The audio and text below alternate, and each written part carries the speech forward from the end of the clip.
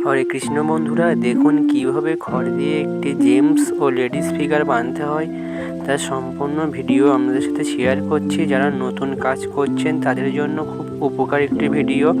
Skip করবে না, skip না করে দেখো বন্ধুরা, তাহলে বুঝতে পারবে যে কোথায় কতটুকু না ধরলে একটি প্রতিমার গঠন হয়, খড় দিয়ে কীভাবে বানাতে হয় তার সম্পূর্ণ ভিডিও আপনাদের সাথে শেয়ার করছি।